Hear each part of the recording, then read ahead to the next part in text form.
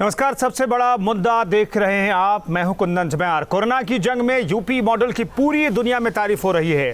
PM Modi जब वाराणसी आए तो यूपी मॉडल की कोरोना कंट्रोल पर उन्होंने तारीफ की। यूपी देश में जनसंख्या के लिहाज से सबसे बड़ा प्रदेश है। यूपी की आबादी ब्राजील की आबादी के बराबर है। ऐसे में कोरोना कंट्रोल में यूपी को मिली कामयाबी एक मिसाल पैदा करती है। सीएम योगी जब कोरोना पॉजिटिव हुए तो लगा कि कोरोना यूपी में कहर ढाएगा, लेकिन यूपी में कोरोना के इफेक्ट को सीएम योगी की कड़ी मेहनत ने ऐसा कम किया कि आज 24 घंटे में सिर्फ 55 नए केस सामने आए हैं। कि योगी सरकार की रणनीति कितनी कामयाब है, ये आंकड़े ये भी बताने के लिए काफ़ी है। तो ऐसे में हम सवाल पूछ रहे हैं कि कोरोना कंट्रोल में यूपी मॉडल क्या सबसे कारगर साबित हुआ है? बाकी राज्यों को भी यूपी मॉडल अपनाना चाहिए क्या? ये महत्वपूर्ण सवाल है। यूपी मॉडल पर विपक्ष क्या सियासत कर रहा है? क्योंकि कोरोना को लेकर के लगातार विपक्ष सवाल खड़े करता रहा है। तीसरी लहर से निपटने की उत्तर प्रदेश में तैयारी कैसी है, ये भी चर्चा का विषय है आज। कोरोना से लड़ाई में विपक्ष की सकारात्मक भूमिका क्यों नहीं दिखाई देती है, ये अपने आप में महत्वपूर्ण सवाल है। योगी सरकार के कोरोना पर आजमाए फॉर्मूले से अगर देश में कोरोना कंट्रोल होता है तो इस फॉर्मूले को आजमाने में हर्ज कैसा है? क्या महामारी से लड़ाई में राजनीति से ऊपर उठकर देश को महामारी मुक्त करना जरूरी नहीं है? इसलिए आज हम पूछ रहे हैं कि यूपी मॉडल देश में अव्वल तो आजमाने में क्या है दिक्कत?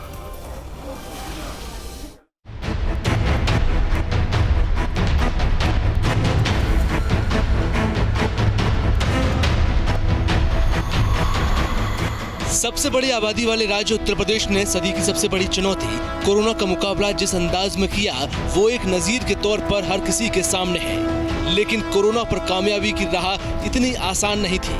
कोरोना पर जीत का जो यूपी मॉडल आज सुर्खियों में है, उसके पीछे सीएम योगी की खास भूमिका रही है। 26 दिन में सभी 18 मंडल का दौरा, टीम 9 के साथ रोजाना मीटिंग और कोरोना कंट्रोल के लिए योगी सरकार के 3T फॉर्मूले को मिलाकर बनता है चर्चित यूपी मॉडल। कोरोना को हराने के बाद योगी सरकार अब अगली मुहिम में जुट चुकी है। मकसद है कोरोना ने जिन्हें दर्द दिया उनका दर्द बांटा जा सके, पीड़ितों की मुश्किलें कम की जा सके। किसी के माता पिता, किसी के माँ या किसी का पिता या किसी का लीगल गार्जियन जो उनको देखभाल करता था, उनको खोया है। यानी कुल 4050 बच्चे चिन्हित किए गए। इन 4050 बच्चों के लिए आज हमारी राज्यपाल महोदय के कर कमलों से पहले 3 महीने का, यानी हर बच्चे को 4000 रुपये हर माह राज्य सरकार उन्हें उपलब्ध कराएगी। 18 वर्ष की आयु तक राज्य सरकार उनका लालन पालन की व्यवस्था करेगी। कोरोना को काबू करने की सीएम योगी की रणनीति की तारीफ ऑस्ट्रेलिया के सांसद क्रेग कैरी भी कर चुके हैं। हालांकि सूबे में ही योगी सरकार को विरोधियों के सवालों का सामना करना पड़ रहा है। Team news state.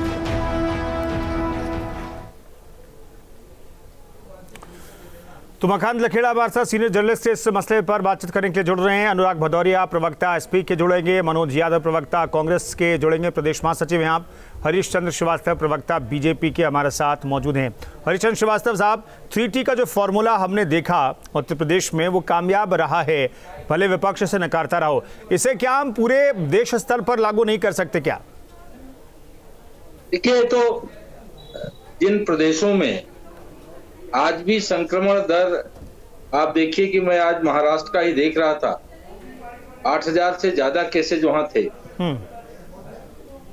तो ऐसे में उन राज्यों में जहां संक्रमण दर इतनी अधिक है, महाराष्ट्र को ले लीजिए तो उत्तर प्रदेश की आधी आबादी है, और जहां उत्तर प्रदेश में 22,000 कुछ लोगों की मृत्यु कोरोना से हुई, वहीं अगर महाराष्ट्र को देखिए तो 1,27,000 के आसपास लोग कोरोना के कारण काल के गाल में समा गए।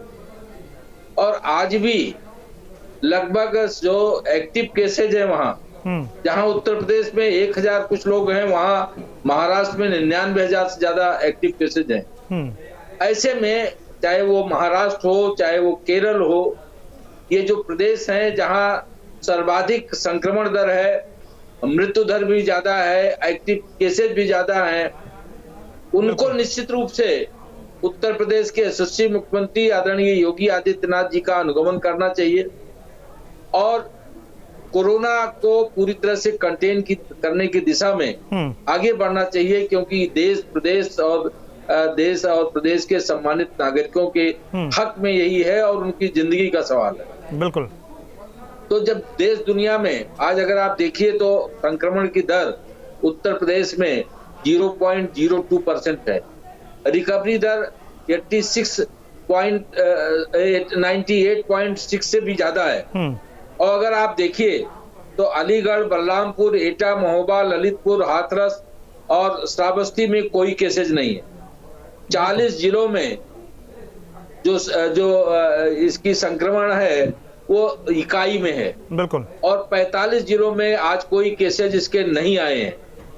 तो निश्चित रूप से ये आदरणीय मुख्यमंत्री योगी आदित्यनाथ जी के मार्गदर्शन में जिस तरह से उन्होंने रैपिड रिस्पांस टीमों का गठन किया, जिस तरह से उन्होंने सर्विलांस टीमों को 17,000 सर्विलांस टीमें लगाई, ठीक है, और टेस्टिंग, ट्रेसिंग और ट्रीटमेंट के फार्मूले को लगातार वो गतिशीलता देने के लिए जिलों का दौरा उन्होंने किया, गांव-गांव गए, तो उससे लोगों को एक तरफ उन्होंने प्रेरित करने का काम किया और दूसरी तरफ इस संक्रमण को पूरी तरह से कंटेन करने में एक बड़ी सफलता उनको हासिल हुई है। निश्चित रूप से अभिनंदनीय है।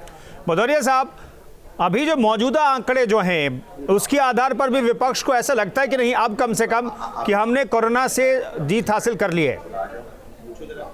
उत्तर प्रदेश की बात करूं तो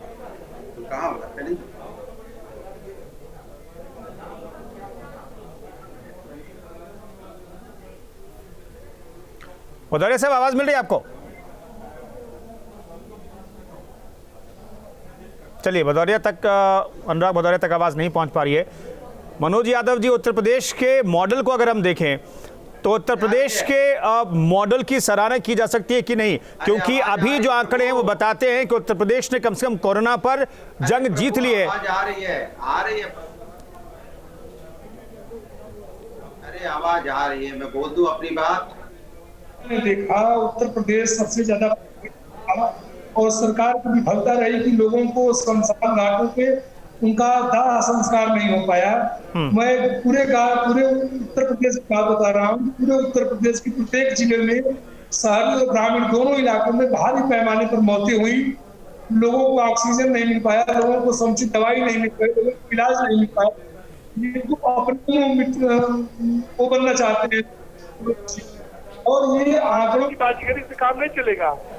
आप पूरे फरवरी, मार्च, अप्रैल और मई तक इतने लोगों की मौतें हुई है। आप अगर सरकारी स्तर पे लेखपाल और अमीन लगाकर नहीं मनोज जी, तब तो बहुत कांग्रेस शासित प्रदेशों में भी मौतें हुई। कांग्रेस शासित प्रदेशों में वही स्थिति थी। अभी भी महाराष्ट्र का हाल हम देख पा रहे हैं, 8 से 10,000 मामले वहां अभी भी आ रहे हैं।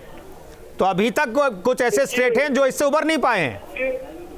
जिन सरकारों ने ईमानदारी से काम किया, वहाँ टेस्टिंग किया, लोगों ने वहाँ पर जागरूकता फैलाई, वहाँ पर उत्तर प्रदेश में तो अस्पतालों को रोका गया था कि टेस्ट मत करिए। प्रशासन दबाव बनाकर लोगों को कम जांचें की। बहुत लोग बिना इलाज के, बिना जांच के अभाव में मर गए। आप बताइए, ग्रामीण नहीं, जब आंकड़ों को ही आप दरकिनार कर देंगे तो पत्रकार के तौर पर मैं क्या कहूँ, आंकड़ों को ही अगर आप दरकिनार कर देंगे, आंकड़ों पर विश्वास नहीं करेंगे तो हम क्या कर सकते हैं? अनुराग भदौरिया साहब, आवाज मिल रही तो बताइए कि मैंने कहा कि अब जो स्थिति है बाकी स्टेट्स के कंपैरिजन में, क्या उत्तर प्रदेश अभी भी आपको बेहतर दिखाई देता है या कोई चूक हुई है सरकार से? देखिए, बिल्कुल सरकार चूक, यहाँ पे नरसंहार हुआ है। हमने नहीं, हाईकोर्ट ने भी बोला है। जिस तरह से लाशें नदियों में तैरती नजर आ रही थी, जिस तरह से लाशों को नदी के किनारे जानवर नौचते नजर आ रहे थे, जिस तरह शमशान घाट में लकड़ियां कम पड़ गई थी, वहां जलाने के लिए जगह नहीं बची थी, लोगों को बहाना पड़ा, तो हॉस्पिटल में एडमिशन नहीं मिल रहा था, जगह नहीं थी, बेड खाली नहीं थे, बेड की व्यवस्थाएं नहीं थी, ऑक्सीजन नहीं थी, लोग तड़प के बिना ऑक्सीजन के मर गए। कुछ लोगों को पीपल पेड़ के नीचे बैठ के ऑक्सीजन की आशा लगानी पड़ी। किसी पत्नी को अपने पति को मुंह में से मुंह लेके ऑक्सीजन देना पड़ा। उत्तर प्रदेश के अंदर में भयावह स्थिति थी और यहाँ पे पूरी तरह से लोग और इनके नाकामी से, गलत फैसले से गांव-गांव में कोरोना फैल गया। इन्होंने पंचायत चुनाव करा दिया तो गांव-गांव में, एक गांव में 40-40, 50-50, 100-100 लोगों की मौतें हुई। कौन है जिम्मेदार, जरा बता दीजिए। उसके बाद इनके विधायक, इनके सांसद धरने पे बैठे, कह रहे थे ऑक्सीजन की कमी से मौतें हो रही है, चिट्ठियां लिखी, लेकिन अपने विधायक और सांसदों पे भरोसा नहीं है, विदेशी ताकतों पे भरोसा है। ऑस्ट्रेलिया के सांसद ने कहा करे ऑस्ट्रेलिया की सांसद ने उत्तर प्रदेश की कोरोना काल की मैनेजमेंट की तारीफ की। अरे भैया, ऑस्ट्रेलिया में इतने हैं कि घर में बैठे लोग यहाँ परेशान हैं और विधायक चिट्ठी लिख रहे हैं कि हमारी खुद की मौत हुई जा रही है, बचा लो मुझे। हमारे पब्लिक की मौतें हो रही है, सांसद यहाँ धरने ठीक है, विधायकों की चिट्ठी दे रहे हैं, उसकी चिंता नहीं, उसके बारे में आप कुछ नहीं बोल रहे। ऑस्ट्रेलिया से मतलब 7 समुद्र पार। श्रीवास्तव जी जवाब दीजिए। भदौरिया जी ठीक है, आपने बहुत आरोप लगा दिए, एक बार श्रीवास्तव जी को सुन लेते हैं। श्रीवास्तव जी जवाब दीजिए। देखिए, समाजवादी पार्टी हो या कांग्रेस हो, ये आखिर झूठ और अप्रचार के सहारे कब तक उत्तर प्रदेश की जनता के बीच अपना स्पेस खोजते रहेंगे। जो अगर कोई आप ये देखिए कि आज जब पूरे उत्तर प्रदेश में कुल संक्रमितों की संख्या 1000 से अधिक नहीं है और 50-55 कुल संक्रमित मरीज आ रहे हैं, तब भी अनुराग भदौरिया को संतोष नहीं हो रहा है। उनको लग रहा है, उनको ये लगता है कि ज्यादा केसेज आ जाए, ज्यादा लोगों की मौत हो जाए तो विपक्ष को प्रसन्नता हासिल हो जाए। ये विपक्ष जो है ये पूरी तरह से नकारात्मकता के सिंड्रोम से पीड़ित है और इसको केवल वोट दिख रहा है। इसलिए इस वोट को देखने के चक्कर में इनको सच नहीं दिखाई पड़ रहा उत्तर प्रदेश का। कम से कम उत्तर प्रदेश के लोगों को तो गर्व से सीना चौड़ा करके चलना चाहिए। ठीक है, भदौरिया जी साहब बने रहिए, हरीश श्रीवास्तव जी हमारे साथ बने रहिए। लखेड़ा साहब के पास मैं जाऊंगा। वक्त लखेड़ा साहब वरिष्ठ पत्रकार हमारे साथ मौजूद हैं। लखेड़ा साहब, एक चीज़ जल्दी से बता दीजिए हमें कि हम अभी भी देख रहे हैं कि कुछ स्टेट हैं, महाराष्ट्र में करीब 8000 से ज़्यादा मामले आ रहे हैं, केरला में तो 17000 से मामले ज़्यादा है, उड़ीसा में 2000 मामले अभी भी आ रहे हैं, उत्तर प्रदेश में 50-55 के आसपास ये आंकड़ा सिमट गया है। क्या योगी मॉडल जो है 3T का जो फॉर्मूला है उसे बाकी स्टेट जहां पर अभी भी मामले 1000-1500 से ऊपर आ रहे हैं, 8-8000 आ रहे हैं, वहां पर अख्तियार नहीं किया जा सकता है? क्या इस वजह से क्योंकि ये फॉर्मूला उत्तर प्रदेश में कामयाब हो गया है इसलिए वो नहीं अपनाना चाहते, या फिर इसके पीछे और कोई वजह है?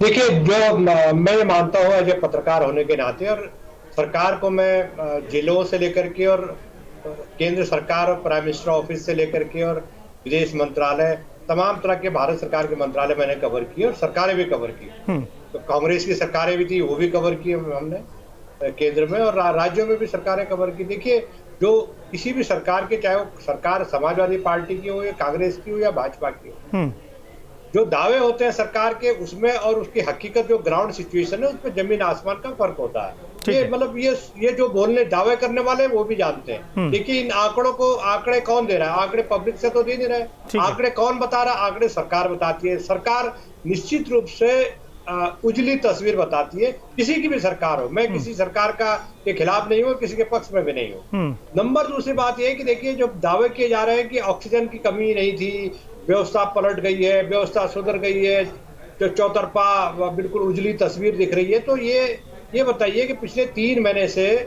या 4 महीने से, जब से ये कोरोना का महामारी का हाहाकार देश में उत्तर प्रदेश में बचा, तो ये इतनी बड़ी ऑक्सीजन की जो स्पेशल ट्रेन ऑक्सीजन की, लखेड़ा साहब वो तो एक्सेप्टेबल नहीं है।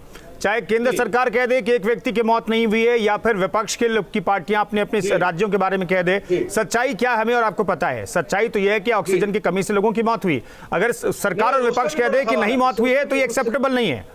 उससे भी बड़ा सवाल ये है कि सरकार को ये पता नहीं लग पाया। सरकार बिल्कुल एकदम, जिसको कहते हैं कि टेकन ए बैक, मतलब अचानक सरकार को जब चौतरफा आफत पैदा हुई सरकार से, और जब बड़े पैमाने पर मौतें शुरू हुई, लोगों को ऑक्सीजन नहीं मिली, इलाज नहीं मिला, तो ऐसी सिचुएशन पैदा हुई। और ये बताइए कि आपने त्रिस्तरीय जो पंचायत जो चुनाव उत्तर प्रदेश में हुआ, पूरी मशीनरी उसमें लग गई, ग्राम प्रधान के चुनाव, जिला पंचायत के चुनाव, अभी ब्लॉक प्रमुख के चुनाव में जो कुछ हुआ, तो मेरा ये ठीक, उसे लेकर के भी तो कोर्ट का आदेश था, कराना था। हरीश श्रीवास्तव जी एक चीज बता दीजिए, हरीश श्रीवास्तव साहब एक चीज बता दीजिए कि अभी तो इस काल से उभरते हुए दिखाई दे रहा उत्तर प्रदेश, शुरुआत फेज में जिसे लेकर के सवाल भदौरिया साहब भी पूछ रहे हैं, कह रहे हैं कि भाई हमने जब सेकंड फेज आया, इस दौर ने हिट किया उत्तर प्रदेश को भी, तो स्थितियां बहुत खराब दिखाई दी। क्या उस वजह से विपक्ष पूरे इस 3T मॉडल और योगी मॉडल को एक्सेप्ट नहीं कर पा रहा है उन तस्वीरों की वजह से? नहीं, देखिए, मैं इस बात को मानता हूं कि एक 8-10 दिन का समय ऐसा था कि जिसमें जब 38,000, 35,000, 36,000 केसेस पर डे आ रहे थे, तो जो व्यवस्थाएं थी वो निश्चित रूप से कम पड़ी, लोगों के सामने तकलीफें पेश आई। लेकिन केंद्र में मंत्री कह रहे हैं विपक्ष जिस तरह से लगातार उसको भदौरिया साहब एक्सेप्ट कर रहे हैं 8 से 10 दिन बहुत मुश्किल वक्त था। शुक्रिया, मेरे पास इतना ही वक्त था, माफी चाहूंगा तमाम मेहमानों को, बहुत बहुत शुक्रिया चर्चा में शरीक होने के लिए। तो सेकंड वेव ने जब हिट किया उत्तर प्रदेश को भी, तो 8 से 10 दिन बहुत बुरे थे, या मैं कहूं कि 15 से 20 दिन बहुत बुरे थे, लेकिन उसके बाद जिस तरीके से 3T मॉडल ने, योगी मॉडल ने काम किया, उसी का नतीजा है कि अभी 50 से 55 नए मामले ही कोरोना के आ रहे हैं और सब कुछ उत्तर प्रदेश में अनलॉक ऑलमोस्ट हो चुका है। सबसे बड़ा मुद्दा कार्यक्रम में फिलहाल इतना ही, रोकेंगे एक छोटे से ब्रेक के लिए। आप बने रहिए न्यूज़ स्टेट के साथ।